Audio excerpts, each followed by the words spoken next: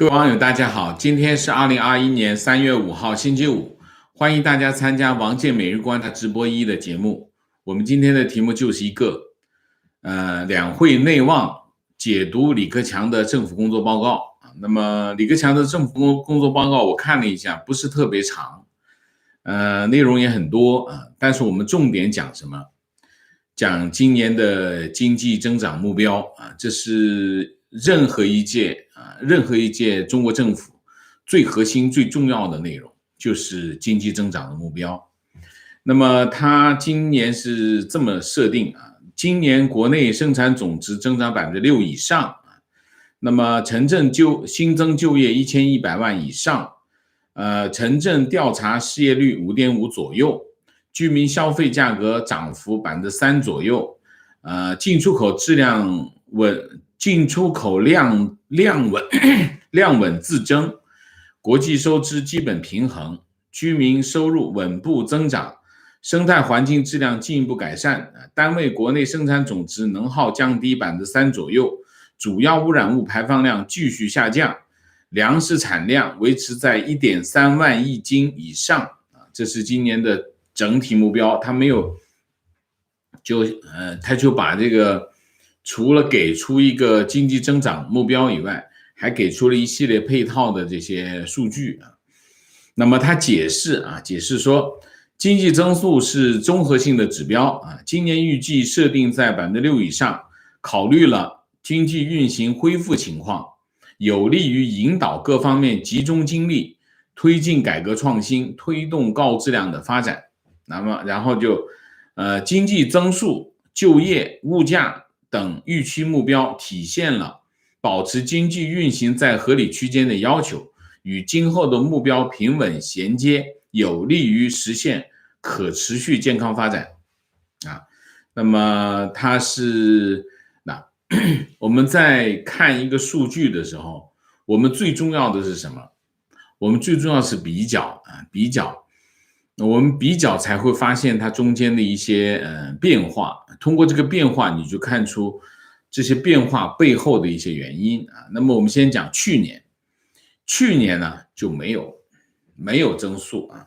他当时是这样的，他说我们没有提出全年经济增速的具体目标，主要是因为全球疫情和经贸形势不确定性很大，面临一些难以预料的影响因素。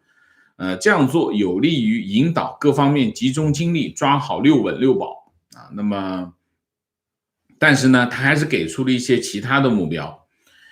第一个就是保民生、保就业，然后是脱贫攻坚战，实现小康社会啊，这是一个。另外一个新增就业900万啊，900万以上。去年有疫情，他还新增就业900万以上。那么今年呢，就是1100万。比去年增加了200万，然后去年的这个城市调查失业率是6%，今年是5.5%，略有好转啊。去年失业情况是非常的严重啊。那么去年跟今年调查失业率5.5%左右啊，那么跟今年去年跟今年是差不多，差0.5个百分点。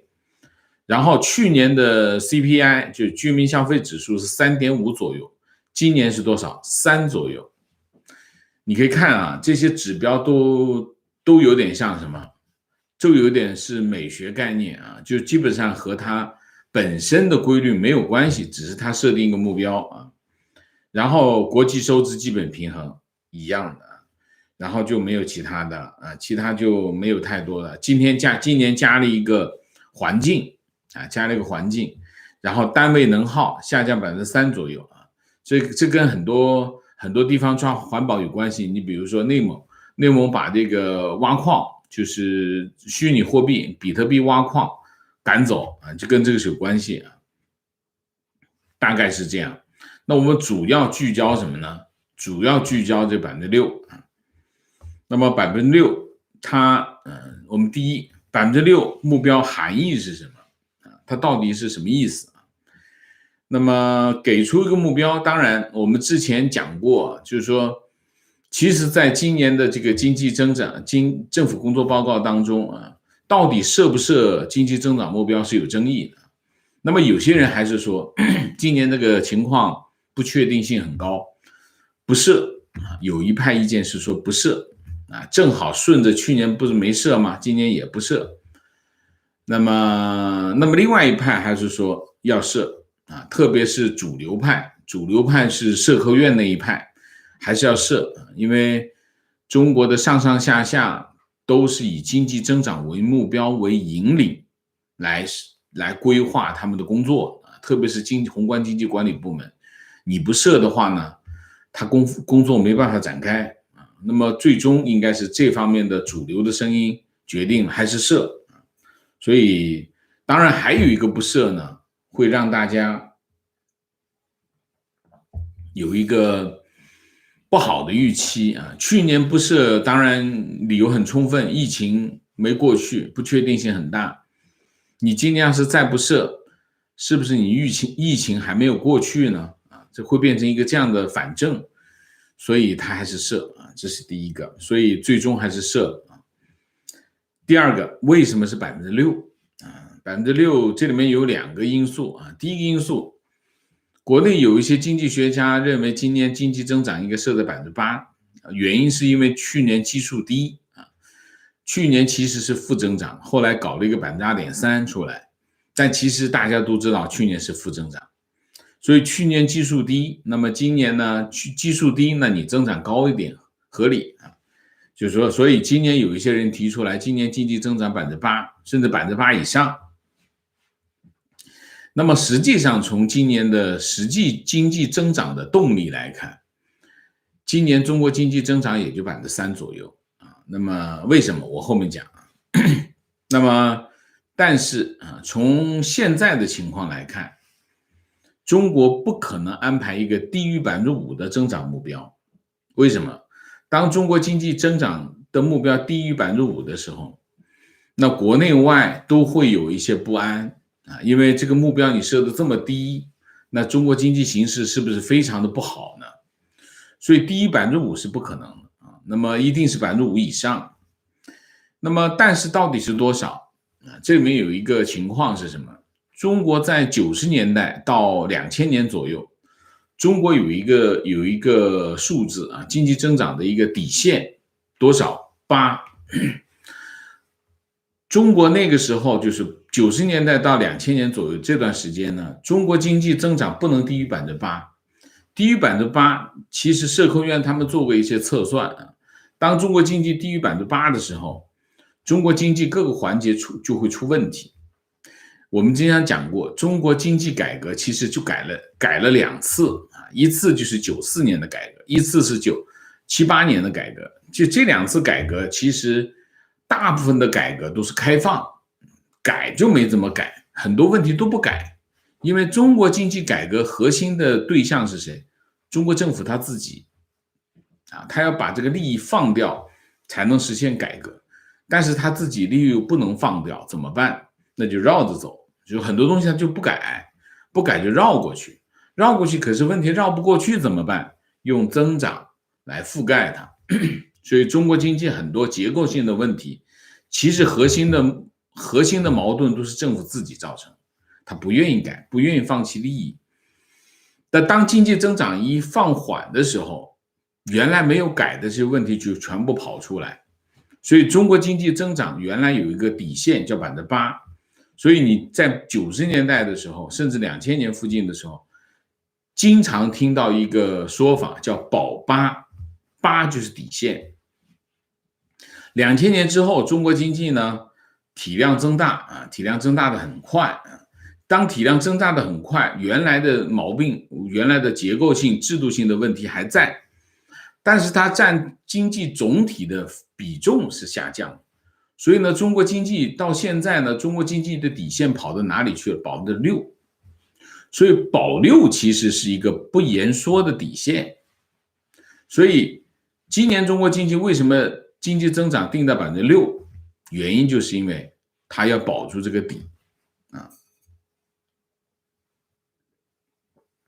所以6是下限，这就是说设定为6%，它再说一个以上以上就是望着它好点儿，就大概就是设置一个这样。以上呢，给大家的期望值呢会高一点，所以它经济增长6%以上以上呢就给大家期望值，这就是预期管理。中共经常讲预期管理，把大家预期提高一点，大家预期提高一点，大家多花点钱，多投点资，那么经济可能就会好一点。中共很相信这个，很迷信这个预期管理，所以他为什么经常不让你说不好的情况，就是预期管理。其实预期管理是骗别人也骗自己，最后把自己给骗了这是第一个这我们就讲为什么是6%，6%就是下限下限是6%。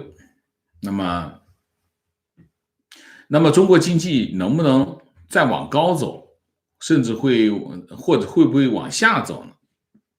我们先看一下，我们分析中国经济今年的情况，你就要看一下去年的局面是怎么维持，因为经济是个线性的过程，它不会无缘无故跑出来一个东西的，它都是你现在见到的情况，都是之前发生的情况的持续。所以我们要看一下去年2020年中国的局面没有那么坏，很多人很意外，说2020年中国经济没有预期的那么坏，原因是什么？这个局面是怎么稳住的？那么去年稳住中国经济有2个原因2个核心的原因。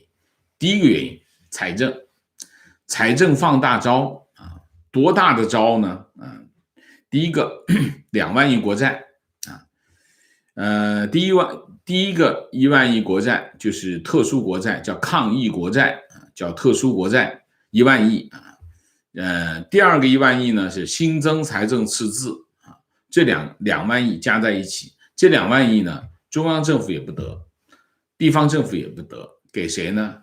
给市县财政市县财政很多已经揭不开锅了，3-4个月都没发工资了这个而且中央政府建立了一个直达机制，直接把钱不拨给省政府，钱虽然在省政府上过一下，直接下去，而且账目都很清楚，哪个县给多少，哪个市给多少，一笔一笔都出来，然后总账到地方政府、省政府的国库直接下去，下到地方政府，下到县市政府，叫直达机制那么目的是什么？3保：保工资、保运行、保基本，3保。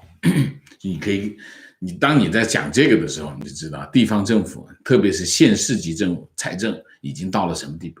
我为什么经常讲财政为什么要讲政府这里面有个概念，大家一定要知道。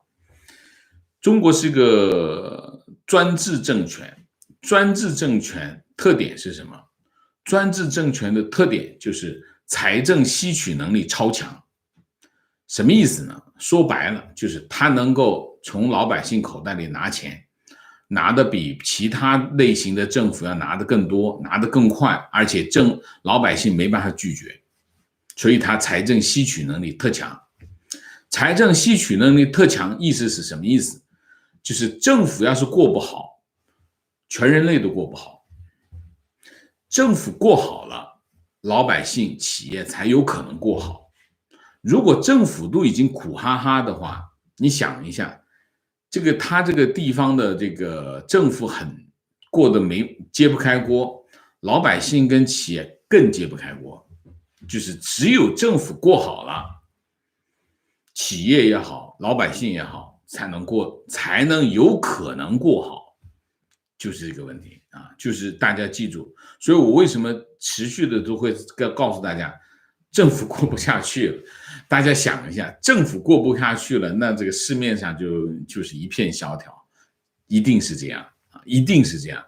包括广东，包括浙江，包括上海，包括江苏这种经济发达地区一样，也是一样所以虽然有些民营企业很发达，但是政府没过好，大家日子都别好像想过得好，所以这个要跟大家插一句这是第一个。这个2万亿国债然后呢，还有一个什么呢？还有一个就是16000亿的专项债。那你算一下啊，16000亿的增加，它是增加，不是原来是2万多亿，增加到3.75万亿专项债。专项债是拿来干什么的？做投资的，地方的基础建设，包括国家重点工程，专项债是拿来投这个的啊。就是专项债去年发了37500亿，增加了多少？50%。这是第二个啊，一个是财政放大招啊，为拖住啊，就是发2万亿的这个国债，财政赤字加这个特殊国债2万亿，给县市财政维持运作，然后再发37500亿的专项债给地方政府做投资，为拖住什么？拖住投资不跌啊，这是第一个情况，就是财政放大招。第二个情况是什么？第二个情况就是出口，3、4月份的出口出人意料的反弹，救他一命啊。那么这个反弹的情况比大家预期的来得大，为什么？因为世界各地都没有，还在疫情当中，很多国家的制造业还没有恢复，所以当美国、当欧洲，特别是美国现在的情况是需求开始上来了，需求开始上来，你很多地方没有开工，订单就跑中国去，所以去年中国出口美国的其实是大幅增长，大幅增长的原因就是因为很多国家没有恢复，中国先恢复了，订单跑中国去了。好，那么今年的情况会怎么样？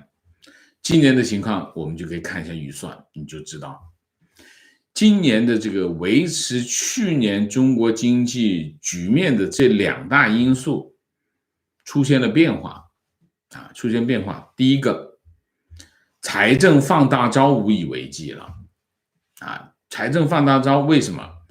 债务危机来了。就借钱借太多，借钱借到会有后果的，因为借钱你得还啊，所以举债这个大幅举债这个局面无法维持啊。我们就看一下今年是怎么说的啊，今年财政政策，积极的财政政策，这李克强的报告啊，叫提质增效，更可持续啊。他通常一说的就是反的了啊。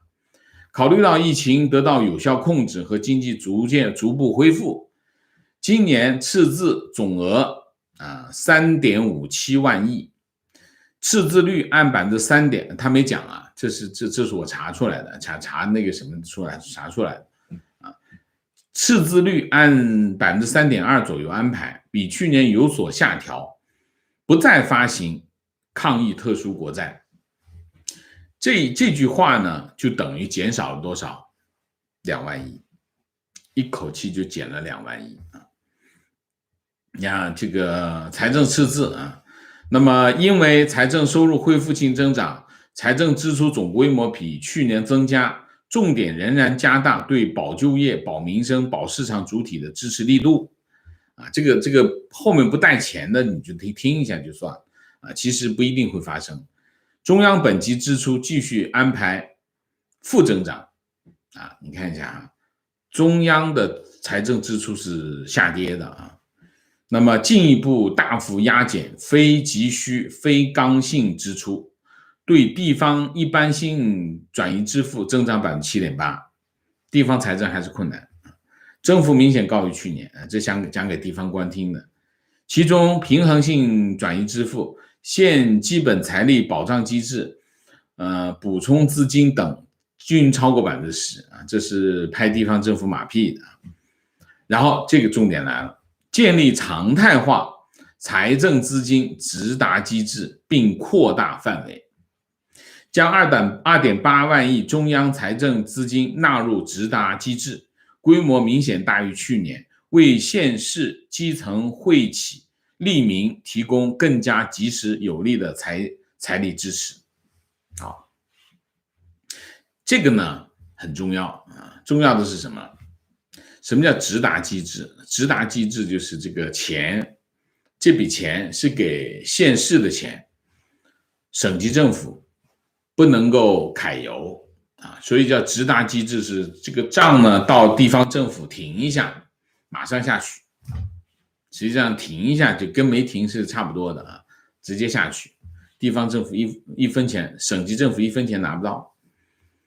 这等于是什么呢？这等于就是破坏了中央跟地方两级财政的结构，变成了三级财政，就是中央、地方、县市。本来是中央跟地方财政，你一直打，等于把地方政府架空了，地方政府就更加难，就没有调控空间了，就是没有办法上下其手啊，这个很重要，这个对地方政府削权很有影响啊，这是一个。去年是什么情况啊？去年的财政赤字是37600万亿，3.76万亿，财政赤字率是3.6%啊。那么财政赤字规模是增加了1万亿啊，就是说去年比前年增加了1万亿，今年比去年少了1900亿，看差别大吗？差别很大啊。那么同时不发行这个特殊国债，那么从财政的角度来看，财政政策是在收紧，而且中央级财政支出下降啊。那么原来我们讲财政放大招来维持住这个局面，那么现在就不存在了啊，就不存在。就地方这个，因为去年的这个大规模的举债，今年是不可能大规模增长，但是它也没有大规模减少，它是个维持略减，就是整个的财政资源今年少了多少？1.19万亿啊，这是一块，这是一头啊，就是财政支出这一块。然后地方债，地方是举债度日啊，举方度日。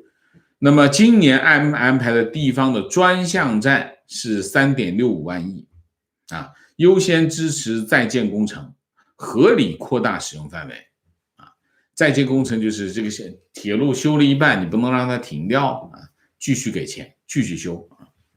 那么中央预算内投资安排6100亿，那么也是减少了100亿啊。然后就是中间讲的这些我们就不说了。去年的情况是什么？所以一定要跟去年比。去年的专项债是37500亿，减少了1000亿啊，专项债减少了1000亿。去年增加了多少？去年增加了16000亿啊。然后呢，去年的中央预算内投资是6000亿，今年是6100亿，增加了100亿啊。那么地方债分两个，一个叫地方债，一个叫地方专项债。那么估计今年地方债不会增加，原因是什么？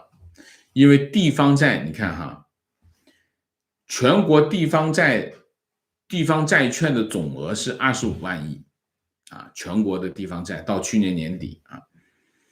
那么然后他们就开始还债啊。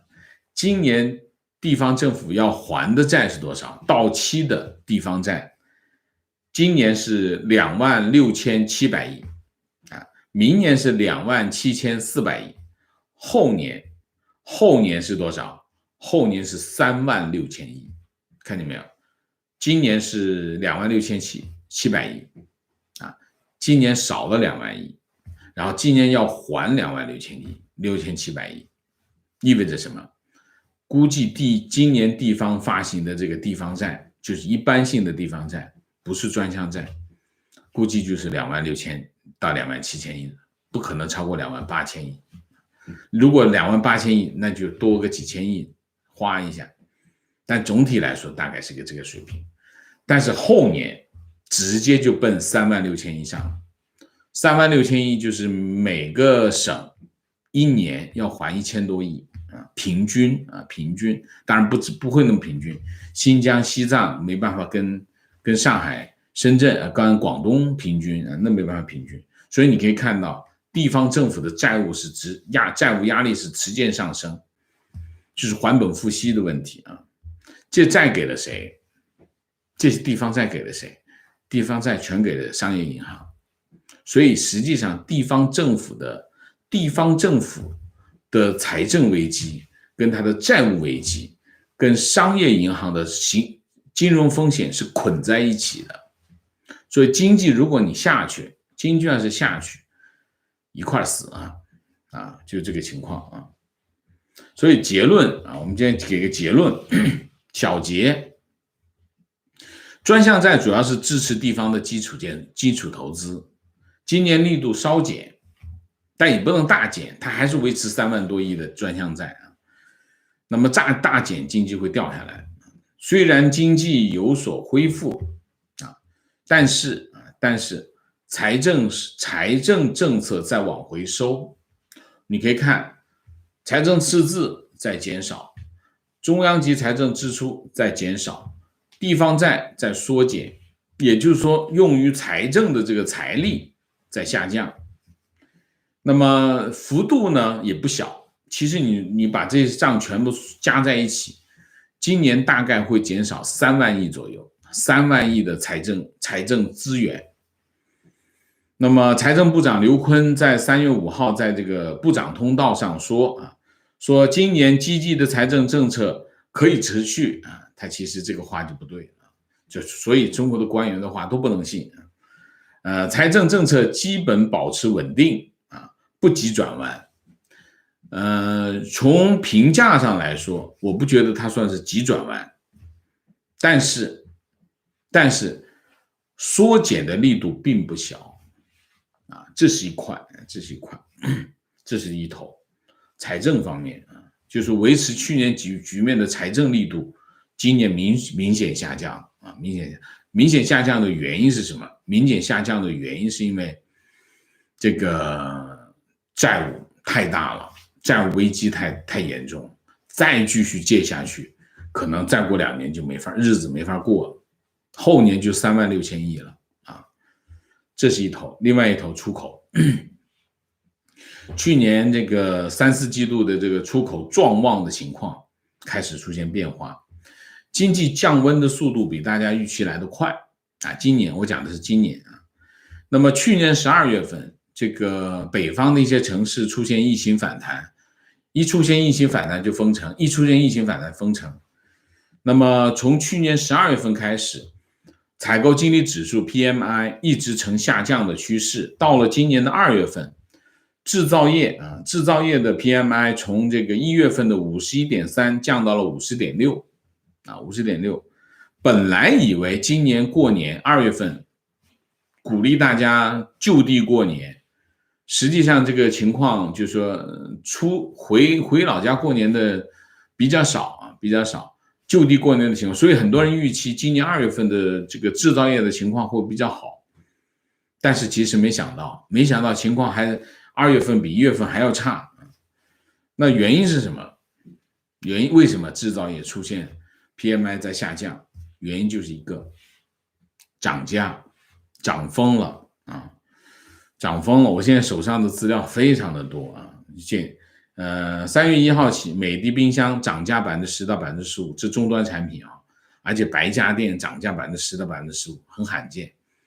这是第一个。第二个，涨价还满天飞，铜涨价38%，塑料涨价35%，铝材涨价37%，铁涨价30%，玻璃涨价10%，这个钢材涨价10%到15%，铝合金涨价48%，不锈钢涨价45%，暴涨，纸价50%，这个 IC 涨价100%，这个深圳宝安的一个通讯电子厂说，我做工厂做了10几年，没有见过这么涨的，不是一个品类涨，是大部分的品类都在涨，不是涨3、5个点，是10%、20%的涨。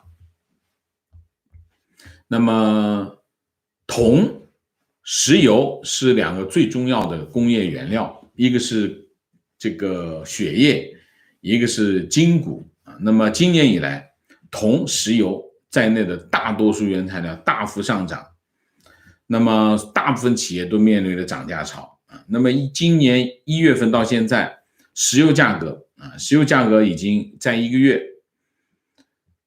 左右吧，一个月到一月份到现在涨了多少呢？涨了20%啊，从52块钱，52美元一桶，涨到了62美元一桶啊。那么铜去年6月份开始涨，那么目前 LME 的铜的价格已经高于9000美元一吨啊，触及了8年来的新高。镍是首次2014年到现在首次超过2万美元。铁矿石那么175美元，10年来的新高。那么上游在涨价，上游原材料在涨价，下游想降价，需求没那么大，下游在降价，那大概是这样的情况啊，就是我就不念了，太多了啊。对制造业来说，这就是他们没办法面对的局面，原材料涨价，销售价格下降啊，这基本上很多企业就没办法做啊。那么中国经济你可以看啊，去年年底看这一片繁荣，看得过去还不错，就业形势也挺好，但是现在的情况就会马上出现一个非常急剧的变化，就是原材料涨价的情况啊。那么从这2个情况来我们总结，中国去年下半年的好景没办法维持，一个是财政的政策的调整，一个是什么？一个是这个通货膨胀。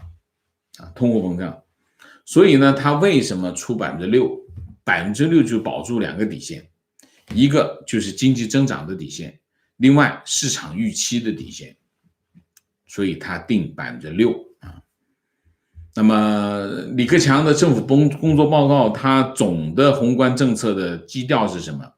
他这么说，他说今年要保持宏观政策连续性、稳定性、可持续性，促进经济运行的合理区间，在区间调控的基础上，定向调控、相机调控、精准调，这都没有意义啊。宏观调控是什么？宏观调控不存在精准调控，精准调控就不是宏观调控，这是经济学常识。你一到精准调控意味着什么？就是市场干预。精准调控就是市场干预。宏观调控是什么？通过宏观经济政策来调控经济啊，他们一直没搞懂这件事情啊。那么货币政策就没什么说的，货币政策动不了，因为大水漫灌一直在大水漫灌。那么今年能再大规模的大水漫灌已经不可能，所以他没什么好说的，他就说了一句：稳健的货币政策要灵活精准，还是那句话，合理适度啊。所以呢，总的来说，我认为今年下半年美国跟欧洲会逐步的恢复正常，然后全球经济就开始进入这个复苏期，但是中国仍然会面对一些困难啊，因此我预期中国经济增长在3%左右啊，这是一个。那政府工作报告还有几个要说一下，可以说一下的啊，因为时间不够了，我们再说一下。第一个，军费，今年军费国防开支这个我要特别讲一下啊，其他我不说了，就说军费吧。13553亿，13000大数13500亿，600亿，增长6.8%。那么国防预算连续5年突破10000亿啊。那么还有一个叫公共安全支出啊，公共安全支出从谁开始有？从胡锦涛开始啊。公共安全开支1851亿，增长0.7%，两项合并15000亿，大数15000亿。中国经济军费的增长超过经济增长，它今年经济增长是6%预算，可是军费增长6.8%。那么我当记者的时候就没有发生过，一般来说军费的增长都不超过经济增长，他今年把这个经济增长超过了，那么这是一个啊。然后军费加上这个安全支出占中央总支出，今年中央的总支出，中央政府的总支出是8万2千亿，82771亿，今年去年的中央财政收入82771亿啊。那么军费加上安全支出占中央财政收入的多少？ 18.6%， 非常高非常的高。我们讲10年前2010年中央财政收入是多少？42470亿大数43000亿你就说个42400亿424。国防就是军费支出5100亿5100亿。然后呢，安全支出14750亿反而你看安全支出这些年增长的并不多，就是说你看当年的这个军费支出涨了多少？10年间军费支出涨了 2.6 倍，安全加军费支出增加了 2.3 倍，所以安全支出反而没那么大，军费支出的非常高非常快。然后当年10年前2010年这个军费占这个就是占财政收入的比是多少？ 15.6%， 现在变成多少？ 18.6%， 15.6% 变成 18.6%。 所以如果中国朝着这个方向走下去的话，中国就会变成另外一个朝鲜，叫先军政策先军政策那经济就完蛋了所以这一块你可以看中央政府拿出了15000亿军事安全财政收入才多少？8万亿。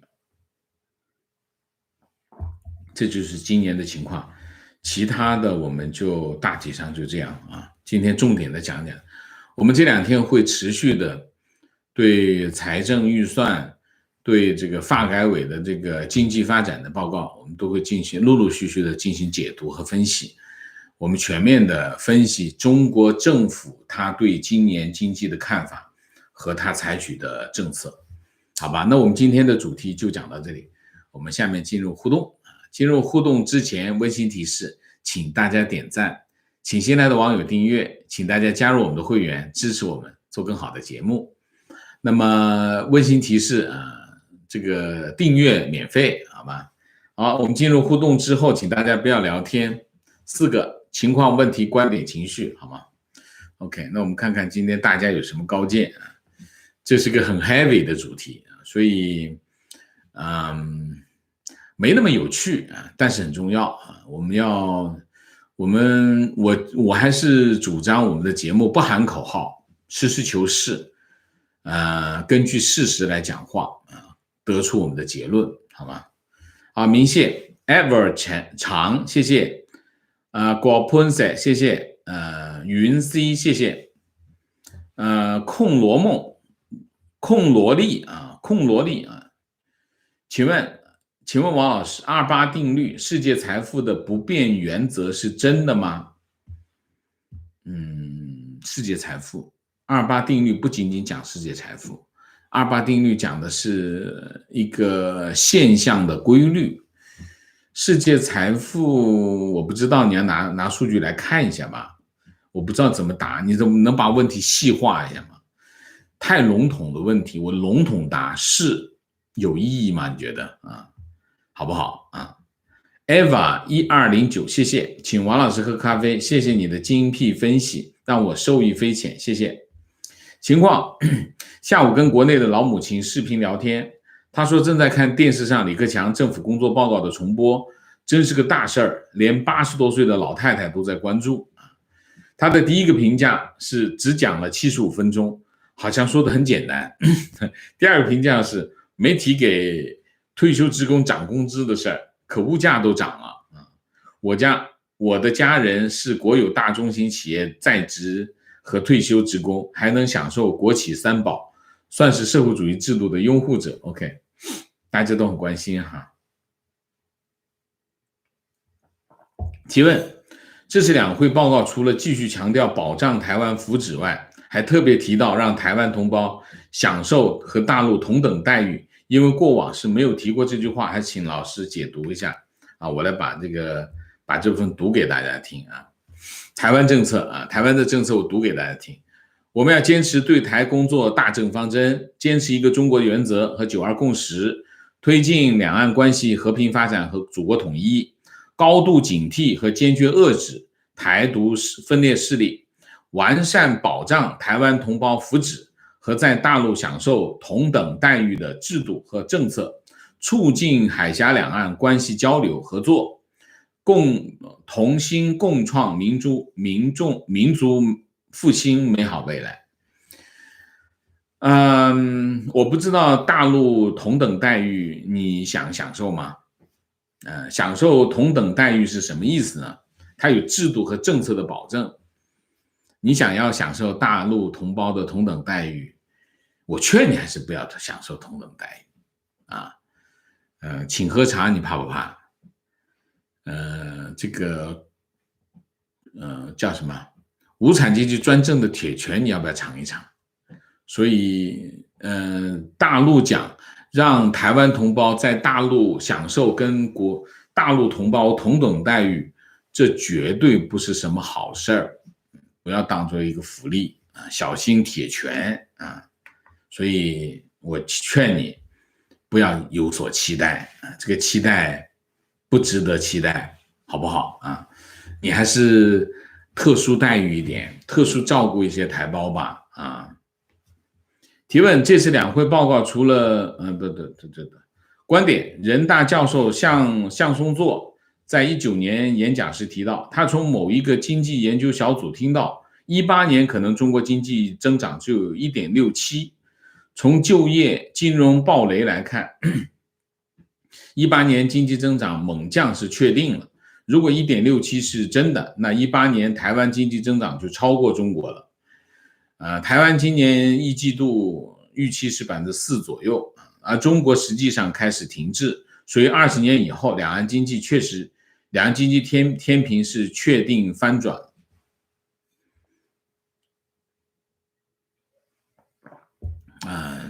这个向忠说我没看到他的这个演讲啊。18年我对18年的分析是出现负增长，我们当时已经分析得很清楚了。18年是负增长，同时这个经济学人口学家易富贤先生也分析18年中国人口开始下降18年中国人口开始下降100万，然后持续在下降。我基本上我认为18年是负增长19年是证实中国经济翻转就是中国经济就是由增量转为存量的时代，就是经济周期已经开始进入低增长，确认进入低增长的阶段那么如果像松作的演讲是这么说的话，跟我们的研判是基本上是大致上是相同的就是说18年是一个转折点就是说中国经济由高增长进入低增长的一个转折点提问：现在国内各类原材料暴涨，是准备让涨价完成 GDP 增长目标吗？这是问题吗？你觉得这是个问题吗？我觉得这不是问题。涨价怎么能够完成 GDP 增长目标呢？涨价意味着什么？消费减少怎么会增长？你原来吃2碗饭，价格上涨1倍，你可能你的钱只够买1碗饭，你只能吃1碗饭，你不会增加消费因为钱没有增加情况现在做 PCB 板涨价 30%， 芯片一天一个价，代工费也涨，感觉后面会很难过。我觉得今年不好弄，今年的形势不好弄价格这么个涨法，企业其实是很难做的，企业基本上没得做，很难做，因为你没办法挣钱，赔钱的赔钱的单子怎么接？接不了单子，工人还在养着，你怎么弄？提问，请问王先生，今年6%无法完成，去年增长数据已经造假，有没有数据造假可操作性？持续造假会对经济产生多大影响？对经济产生的影响就是误判呗，很多人会误判呗。但是实际上很多行业是没办法误判的。你比如说工厂，你说涨6%，跟我没有1毛钱关系，我看订单过活，订单没有，你说经济增长20%对我都没有影响。真正有影响的是什么？什么投资机构啊，经济分析机构啊，他们是有影响，他们很多人根据这个来做规划。但是他们也不傻，他们也是根据他们手上掌握的数据来判断今年的形势的。其实真正影响的是谁？地方政府。但是你看今年地方政府他们的财政收入都不超过5%，增长不超过5%。通常财政收入超过经济增长速度，因为我都讲过，中国政府是全能性的政府，独裁政权，财政吸取能力特别强，所以你看过去几十年财政收入的增长都超过经济增长。为什么？他得先过好啊，所有人过好之前他得先过好，就这个问题啊。提问，中国每年大幅增加军费开支，是不是已经进入军备竞赛的前夕？我觉得今年增长6.8%，其中有一个原因是什么？工资加工资了。习近平是那种黑老大作风，你跟我混，我让大家吃香喝辣的，就这个意思。这是习近平的做派，他这种做派之下给大家加工资啊，形势不好怎么加工资？加工资你不得加军费，你不加军费哪来的钱啊？就这，我觉得他军备竞赛有一个因素，但是我觉得今年的增长主要反映在哪里？加工资上，中国的军备就那么回事啊。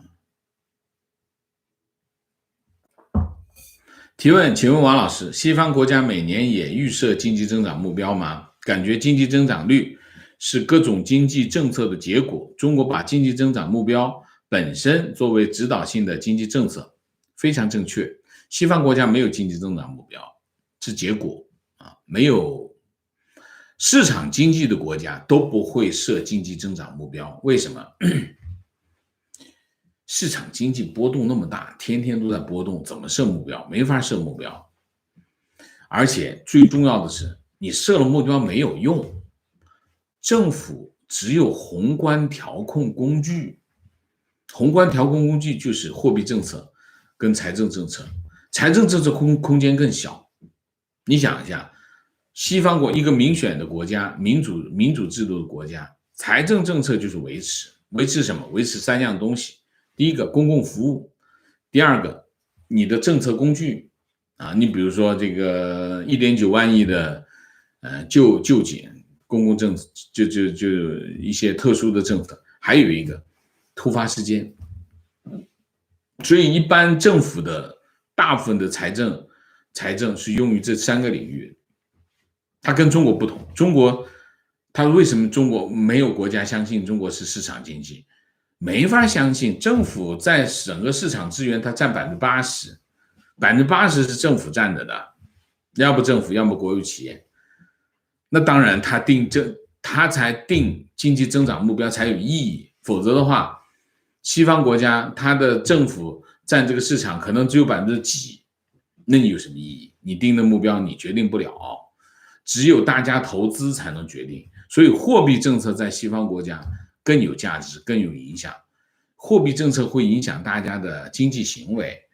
你比如说把利率降下来，大家投资就会增加；把利率升上去，大家投资在减少，这个更有用。所以财政政策就没那么有用。所以中国还不是市场经济国家，原因就是，但是它在用市场，所以这是个完美的匹配，就是一方面政府独裁，政府占主体，另一方面又有市场，市场又在运作，那么政府的权力就可以变现，这就是个完美，为贪官污吏这个找饭吃提供完美的条件，这就是个完美的条件啊。提问：朝鲜的先军政策是因为中国的支持，中国的先军政策如何维系？朝鲜的先军政策不是因为中国的支持，中国支持朝鲜，但是先军政策在中国支持朝鲜之前，朝鲜已经存在，一直就是怎么样？提问：现在经济这么差，为什么制造业到处用工荒？这是反驳我。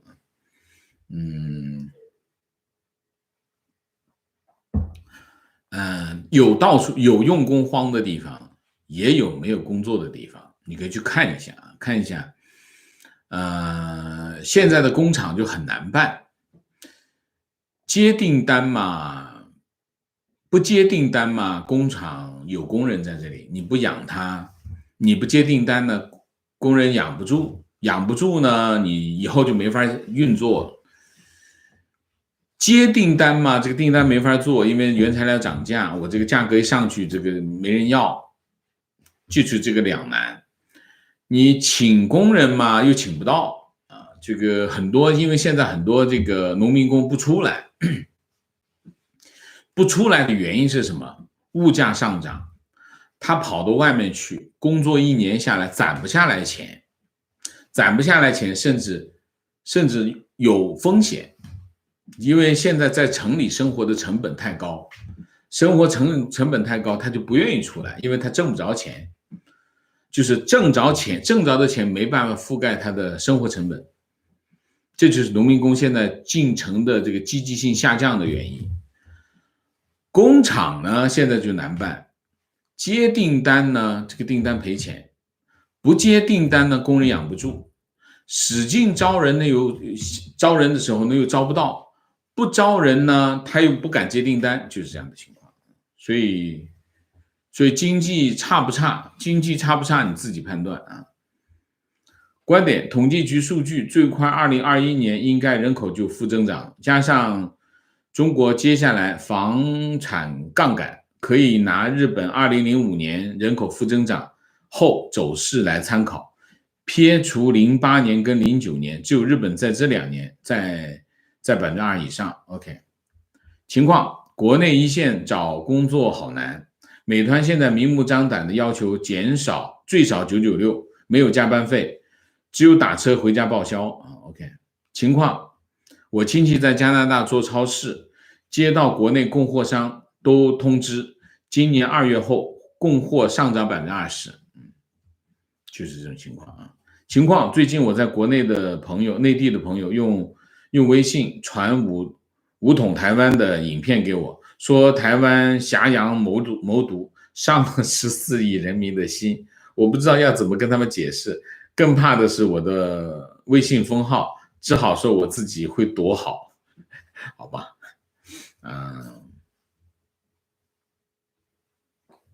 情况：王老师说的对，是工厂付不起更高的工资，工人又不想太便宜，所以一面没工作，一面又招不到人。我自己是开工厂，工厂如果你把工资加上去，你的订单更不用接了啊。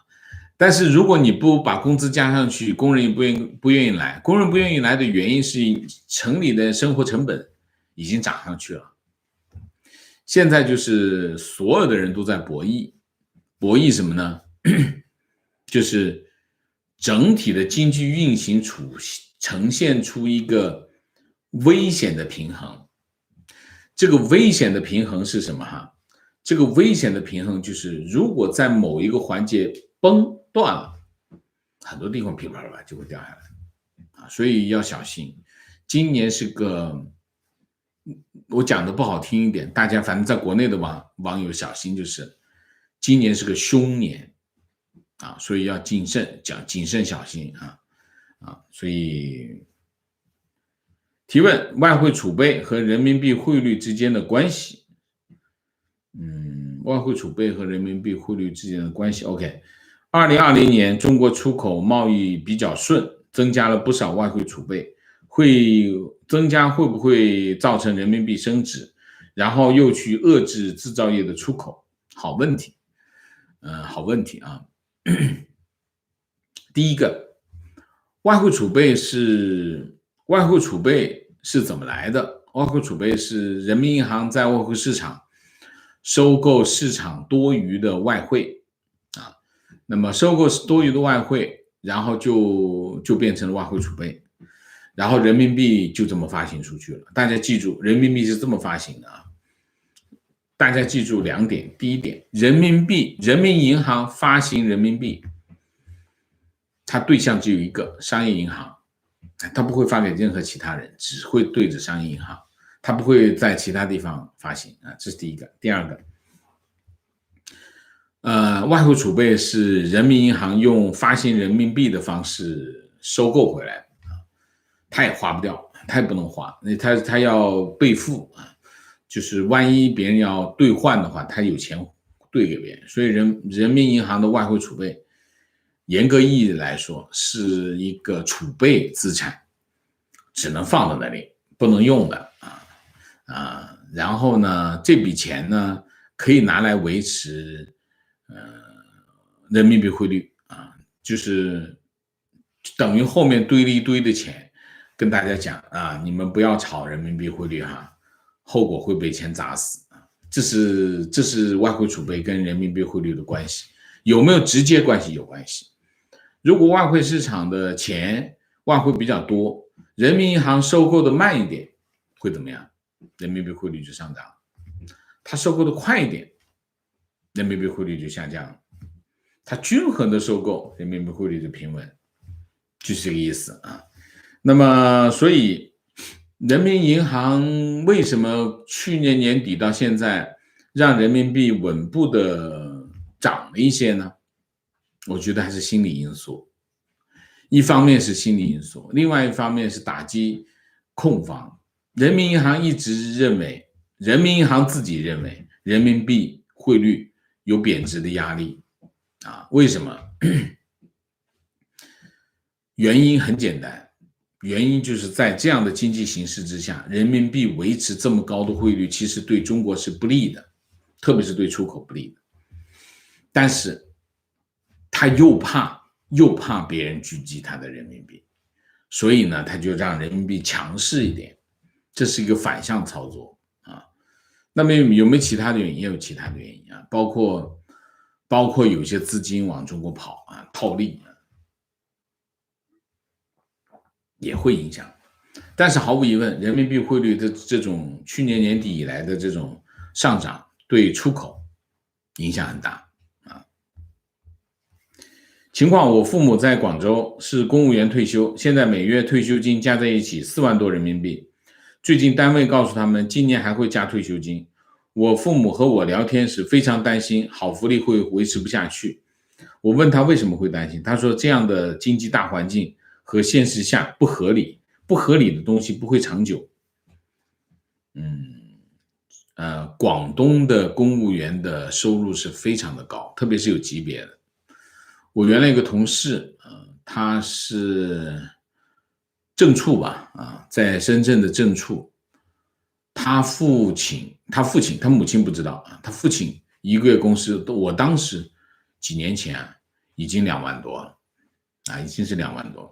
如果这位网友的父母都是处级干部的话，正科级的干部，那可能2个人加在一起，可能得有4万多。所以广东省的这个对退休公务员的这个待遇是非常好，非常的好，所以他就觉得不可持续是这样啊。